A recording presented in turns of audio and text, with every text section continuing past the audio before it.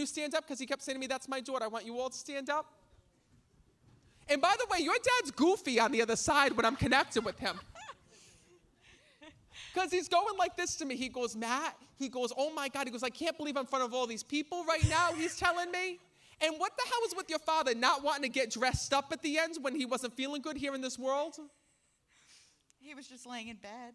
He shows me when I'm connecting with him, like his hair's all screwed up when I'm connecting with him. He shows me he's only got like a t-shirt on when I'm connecting with him and look like sweatpants when I'm speaking to him. Do you understand that? He was a businessman and his closet looked like tip-top tailor with all the suits, and it was not like him at all to lay in bed, not dressed up with a suit and tie on. And my sister and I made comments about it when we were sitting on his deathbed with him. He said that to me. He goes, Matt, let her know this is not how I wanted to look, he said to me. And what's crazy is he's also telling me weird things happened to him before he died. Like he tells me he was having a teeth issue before his passing. Like, did he have an issue with the tooth, or did he lose a tooth here in the physical? He had a gold tooth. Oh, shut the hell up. No wonder why. And when this is going to sound awful. When he passed, my sister and I got ashes, and they were in clear containers. And so I called her after we left the burial and said, I have the gold tooth. But I don't. I just said it as a joke. What is going on here tonight? What is going on here tonight? Are you Italian, honey? That sounds like something my family would do. Because you know Italians, we give the best jewelry because we take them off of dead people. Ask any Italian you know. It's not the first person I've taken jewelry off that's passed. Wait, what? What are you saying over there? My partner passed and he had a nipple ring, and I got them to take that off. So your father, you tried to take his tooth. Your partner passed and you took his nipple ring? Yeah. You can't make this shit up. Your father's telling me, and I didn't understand because they telling me, tell her I know about the tooth. So if he had that one gold tooth and everybody was looking for it after he died, and your father, he's laughing at me because souls will still have their personality, and your father's saying, tell them I left them enough money. Why are they fighting over a tooth, he's telling me. Oh my God. He did. I know. He says to me, and Matt, he goes, you got to tell them something, all right? He says, you need to tell them, he says, that before I died, he goes, they weren't worried about what I looked like. Your father tells me you were worried about what you were eating. He said to me that there was so much food coming in and out of his room. He says, you were always eating something here in this world. And what the hell, were you springing in Tim Hortons or something like that? Because he's telling me he tells me about donuts coming in. You could smell donuts. We were at the hotel, and my stepmother called and asked us to come to the house. We were planning on going back to Nova Scotia. And she called and said, you might want to come. So we stopped at Tim Hortons on the way.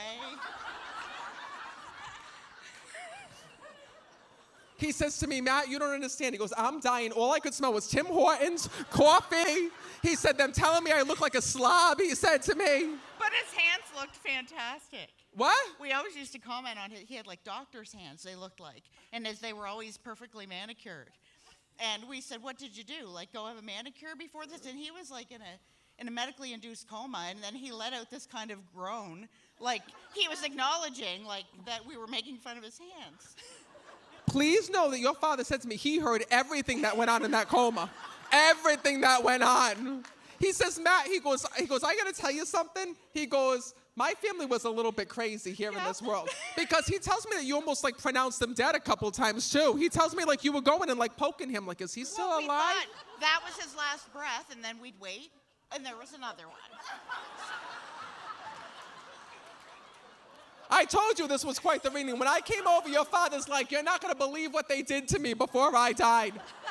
And then your father's also telling me, like, when he was passing here in this world, like, everybody was moving him, like, here in this world. So was he still laid out here in the physical? He was laid out in his room. Okay. And then why were you all going and touching him and moving him? Well, my stepmother may have. She laid a blanket over him that oh, this is awful. I'm afraid I'm gonna have to go. Do you want to do this reading for me? Because I don't think I can take it. Go ahead. My My stepmother had a blanket that both of her parents had on them when they passed. So she also laid it on my dad. So she moved like to tuck it around him when he passed away, and that gave her comfort after he passed. Your father thinks this is hysterical in heaven, by the way. Because he said to me, Matt, he goes, I'm going to tell you something right now. He goes, I lost all my dignity the day I died. Oh, absolutely. He says to me, because if you would have seen me out in the street when I was okay to how I died, he goes, oh, yeah. Yes. Yeah. He was 100%. Yeah, it was like he was a very social person, like money social, so like what you looked like mattered, and social hierarchy. Yeah. Afraid of what people thought, and like we always had to dress a certain way and act a certain way, and we just totally bucked that. The day he died, he had no choice but to go along with it, because he tells me this. He says, Matt, please tell my daughter, please tell my family. He says that when I died, he says, thankfully, he says, it wasn't a sad time because he couldn't stop laughing in heaven, he said to me. He goes, Matt, he goes, next thing you know, he goes, I thought they were going to turn my body over. He goes, I didn't know what was going to happen to me next. But what he tells me is this, is that what was so beautiful about your dad, right, is that he tells me that when he got to the other side, what was so beautiful is that he finally became back who he was here in this world. That's what's so beautiful. He says, Matt, I need them to know that when I passed on, I became the person that I was before I was sick, before I died. And he also tells me this. He says that before he left this world, what he was what he cared about most was making sure that you were all taken care of. That's what he tells me. absolutely. So he said to me, Matt, I had things planned for years and years and years, just in case I died. Yeah. So he says to me this, when you died and you found out that your dad had money left for you and all of these things taken care of, he says, know that that was my gift from you. He says, I worked hard my whole life for one reason, to take care of you and my family. He wasn't my biological father. He adopted us and raised us as his own. But you got to understand, hold on, I don't want to stop you. I got to tell you what he's telling me. He says to me, Matt, you need to let them know that even though his life was about making money, money didn't matter to him. He tells me what it mattered, the reason why he worked so hard was to take care of all of you. He says, so he says, ask my daughters, I didn't spend the money that I made, he tells me. He says, it was sitting for everybody for after I died because I wanted to make sure that nothing happened to my family and that I could take care of them from beyond the grave. And that's what I'm doing now. He says, so know that I'm not mad. He says, no. He says, that doesn't matter what they did with my body. He says, because I am restored in heaven. I am okay, and he is safe and at peace. And that partner that you lost is also there in spirit with them as well. All right, give them a round of applause. Can you come over here and give me a hug?